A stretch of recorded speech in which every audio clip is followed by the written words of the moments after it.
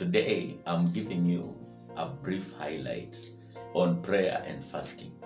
Prayer and fasting is a Christian discipline where you abstain from food and other pleasures in order to concentrate on God.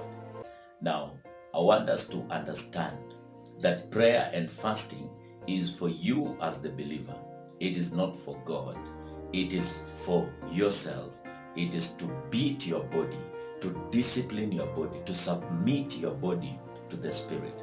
Paul says that our bodies, our flesh, is in constant conflict with the Spirit of God. What the flesh demands is opposite to what the Spirit of God requires of us. And Jesus says you cannot serve two masters at the same time. You will love one and hate the other. You will be committed to one and less committed to the other.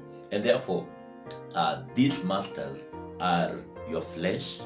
You need to serve your flesh, your body. You need to eat. You need to dress well. You need to work. You need to do all these things so that your body is well. You also need to feed your spirit. You need to study the word of God.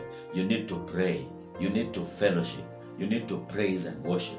You need to do all those other things to be sound spiritually. And now there comes a conflict between what the spirit requires and what your body requires.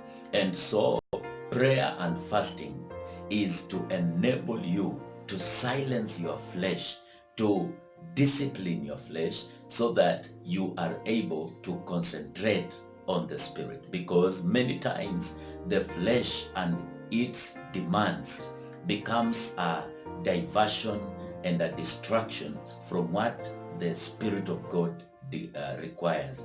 And you'd realize that many times then we become the slaves of the flesh. We do everything according to what the flesh wants, and therefore we have a flesh that is exalted, and therefore we are hindered from hearing God and from obeying what he wants in our lives. And therefore the moment of prayer and fasting, it is for you as a believer to be able to tone down your flesh, to be able to mute and silence your flesh so that you upgrade and lean more towards the spirit, and therefore being able to gratify and fulfill the desires of the Spirit of God.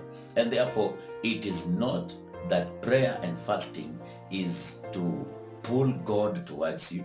You are not praying and fasting so that you attract God into your life. God is dwelling in us already. When you get born again, God is already within us. Christ lives within us. And so you are not going to pull him down by prayer and fasting.